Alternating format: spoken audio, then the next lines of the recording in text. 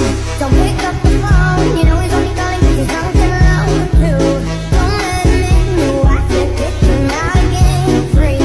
Don't be afraid, you know you're gonna wake up in his bed in the morning. Hai, kami mahasiswa Universitas Timor dari program studi Pendidikan Bahasa dan Sastra Indonesia. Saya atas nama Maria Fiawati Juliani Susu dengan NPM 31230108. Dan teman saya Cynthia Liana Melene dengan NPM 31230124. Saya Maria Adrani Vina dengan NPM 31230009. Saya Valentin Duti dengan NPM 31230057. Saya Novita Natasha Abi dengan NPM 31230055. Halo teman-teman, Prodi Pendidikan Bahasa dan Sastra Indonesia membuka gerbang menuju dunia kata. Apakah Anda ingin meningkatkan kemampuan bahasa dan sastra Indonesia? Apakah Anda ingin menjadi ahli bahasa dan sastra yang dapat berkontribusi pada kekayaan budaya Indonesia? Program Studi Pendidikan Bahasa dan Sastra Indonesia adalah pilihan yang tepat untuk Anda. Program ini, Anda akan dapat yang pertama, meningkatkan kemampuan bahasa Indonesia Anda yang baik dalam aspek penulisan, pembacaan, maupun komunikasi lisan. Anda memahami dan mengapresiasi karya sastra Indonesia, baik klasik maupun modern. Mengembangkan kemampuan analisis dan kritis sastra. Menjadi ahli bahasa dan sastra yang dapat berkontribusi pada kekayaan budaya Indonesia. Selain itu, Prodi Pendidikan Bahasa dan Sastra Indonesia memiliki beberapa keunggulan. Yang pertama, dosennya berpengalaman dan ahli di bidangnya. Yang kedua, kurikulum yang komprehensif dan relevan dengan kebutuhan industri. Dan yang ketiga, fasilitas yang memadai termasuk perpustakaan dan ruangan baca.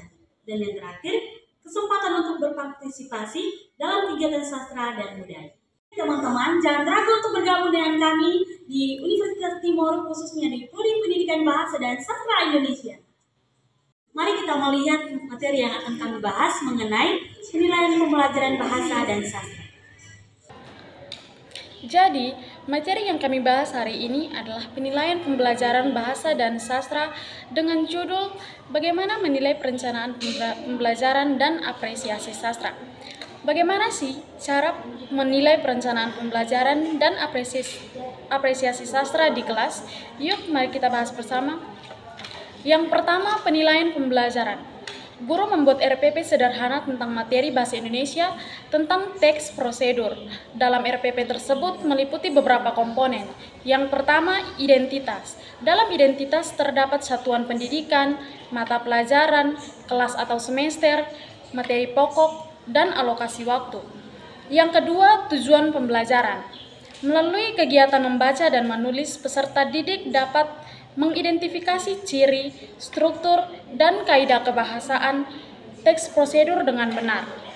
Yang kedua, menyusun teks prosedur sederhana secara sistematis, logis, dan sesuai dengan kaidah. Yang ketiga, materi pembelajaran. Dalam materi pembelajaran meliputi yang pertama, materi pokok, pengertian teks prosedur, dan tujuan. Yang kedua, struktur teks, meliputi langkah-langkah dan penegasan. Yang ketiga, kaidah kebahasaan, meliputi kata kerja perintah, konjungsi, dan kalimat saran, serta larangan. Yang ketiga, metode dan model pembelajaran. Dalam model pembelajaran meliputi discovery learning, dan metode pembelajaran meliputi diskusi, tanya jawab, penugasan, dan presentasi. Yang berikut penilaian perencanaan pembelajaran yang keempat adalah langkah-langkah kegiatan pembelajaran. Yang pertama, pendahuluan. Guru menyapa dan mengecek kehadiran siswa. Guru juga mengaitkan materi dengan kehidupan sehari-hari dan juga menyampaikan tujuan dan manfaat. Langkah yang kedua, kegiatan inti. Kegiatan inti mencakup beberapa hal seperti eksplorasi dan animasi, praktik menyusun teks, presentasi dan refleksi. Yang terakhir, penutup. Guru memberikan pengetahuan tentang struktur dan bahasa teks prosedur. Pemberian tugas. Yang kelima, penilaian. Aspek yang dinilai adalah sikap kerjasama atau keaktifan. Yang kedua, pengetahuan, pemahaman struktur dan bahasa teks. Yang terakhir, keterampilan, kemampuan menyusun teks prosedur. Yang berikut adalah penilaian apresiasi sastra. Jadi, dalam penilaian apresiasi sastra, siswa membaca puisi, mendiskusikan cerpen, dan menulis esai sastra. Apresiasi sastra adalah kemampuan memahami, menanggapi, dan menilai karya sastra. Penilaian sastra bisa dilihat dari yang pertama, pemahaman isi karya seperti tema, tokoh, dan alur. Yang kedua, ekspresi siswa saat membacakan seperti intonasi, mimik, dan gaya. Yang ketiga adalah kreativitas, tanggapan seperti esai, resensi, puisi, dan balasan.